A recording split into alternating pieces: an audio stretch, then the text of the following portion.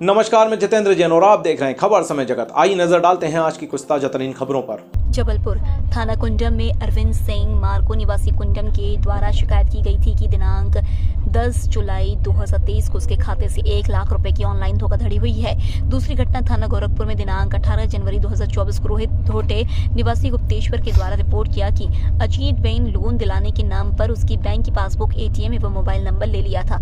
काफी दिन तक जब उसे लोन नहीं मिला, बैंक में जाकर पता किया तो उसे ज्ञात हुआ कि उसके खाते में बिना उसकी जानकारी के अनधिकृत रूप से लाखों का ट्रांजैक्शन हुआ है। तीसरी घटना थाना गोरखपुर में तुषार झारिया द्वारा दिनांक 19 जनवरी 2024 को शिकायत की गई कि हेमंत पिल्ले ने लोन दिलाने के लिए उसका एवं उसकी मां रेखा झारिया के बैंक की पासबुक एवं एटीएम कार्ड ले लिया था।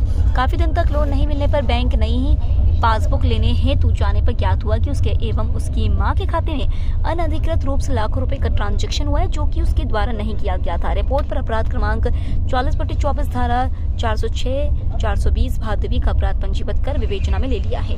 जबलपुर देखिए क्या है, अभी तक जो साक्ष्य आए हैं, ये आपका कहना सही है कि जो खाता है अगर वो ऑनलाइन होगा तो उसको तो कहीं भी इस्तेमाल किया जा सकता है।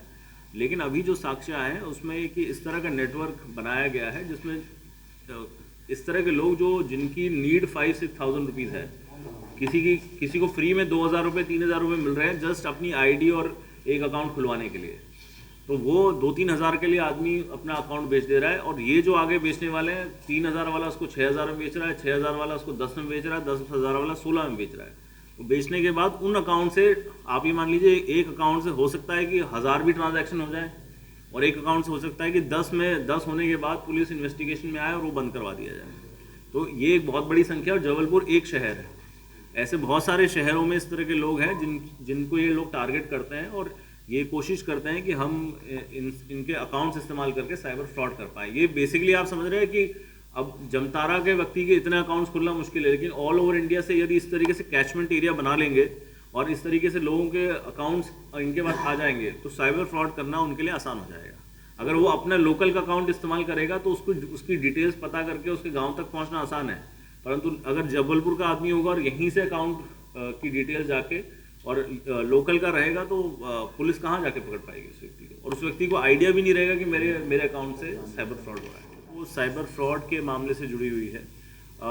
अमूमन ऐसा होता है कि साइबर फ्रॉड के मामले में ऑनलाइन साइबर फ्रॉड होता है, उसके बाद पुलिस मामले को रजिस्टर करती है, इन्वेस्टिगेट करती है, और जो अकाउंट जिससे ट्रांजैक्शन होता है उस पर पुलिस पहुंचने का प्रयास करती है। और वो अकाउंट एक ऐसे व्यक्ति का होता है जिसको जनरली क्राइम के बारे में आइडिया नहीं होता है। ये उसी तरह का गैंग पुलिस ने पकड़ा है। हमारे पास इस तरह की शिकायतें आ रही थी जिसमें 3 अपराध अभी रिसेंट में जो हुए जिसको पुलिस ने रजिस्टर किया, एक थाना कुंडम में और 2 थाना गोरखपुर में। कुंडम का जो अपराध है उसकी मैं आपको डिटेल्स बताता हूँ, जिससे आपको समझ में आएगा कि पूरी ये लिंक और चेन कैसी थी।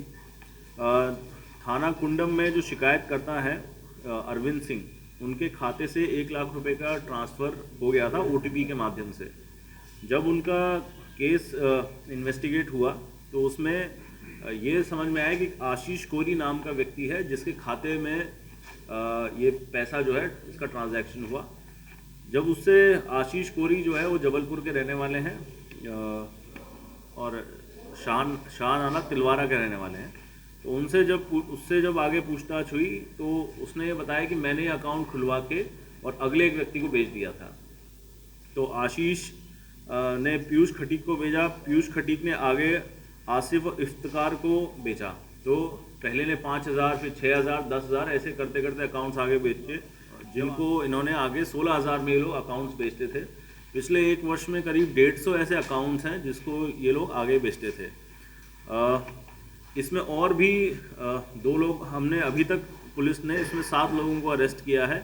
इफ्तिकार, आसिफ, अजीत, हेमंत, अरविंद, आशीष कोरी और पीयूष खटीक, इन 7 लोगों को अरेस्ट किया है। उसमें ये समझ में आया है कि ये लोगों से अकाउंट्स ले लेते हैं, जिन अकाउंट्स को आगे साइबर फ्रॉड के लिए इस्तेमाल किया जाता है। क्योंकि जब पुलिस इन्वेस्टिगेट करती है और किसी अकाउंट होल्डर के पास पहुंचती है तो वो अकाउंट होल्डर को जनरली उस क्राइम के बारे में आइडिया नहीं होता, परंतु इस पूरे अपराध में जिन लोगों ने अकाउंट्स अपने बेचे हैं उन लोगों को भी पुलिस ने अरेस्ट किया है और आगे कार्रवाई कर रही है। इसमें हमारी जो लीड्स हैं वो आगे जमतारा और दिल्ली, वहाँ पर भी कई हमारी लीड मिली है। इन्वेस्टिगेशन अभी ऑन है, आगे की कार्रवाई की जाएगी। सर लगभग कितने की धोखाधड़ी अभी तक सामने आई है? देखिए ये बड़े ही 150 अकाउंट आप मान सकते हैं। तो इन 150 अकाउंट्स में करोड़ों की जो है धोखाधड़ी की गई है और लगातार इनसे ट्रांजैक्शन होते जाते हैं जब तक कि पुलिस इन्वेस्टिगेशन में FIR होने के बाद उन अकाउंट्स को बंद नहीं कराया जाता। तो अब 150 अकाउंट से आप ये मान लीजिए एक इतना बड़ा नेटवर्क क्रिएट हो गया है कि जो साइबर फ्रॉड करने वाले हैं वो उसी शहर, उसी ज़िले के लोकल लोगों को से अकाउंट्स लेते हैं। इस तरह के लोग उसका माध्यम बनते हैं और कई लोग अपनी ID 1000, 2000, 4000, 5000 रुपये के लिए अपनी ID और अपने डिटेल्स, अपनी सिम कार्ड देके अकाउंट्स खुलवा लेते हैं और इन अकाउंट्स का जो मिसयूज़ है वो ऑनलाइन फ्रॉड के लिए हो रहा है। मेरा इसमें लोगों को ये भी कहना है कि अपने अकाउंट्स, अपनी डिटेल्स किसी को मत दीजिए। किसी के कहने पे 1000, 2000, 5000 के लिए अपना बैंक खाता खुलवा के किसी को मत दीजिए, नहीं तो आगे इस तरह के अपराध में ऐसे लोग जो अपने अकाउंट बेच देते हैं उनके खिलाफ भी कार्रवाई होगी।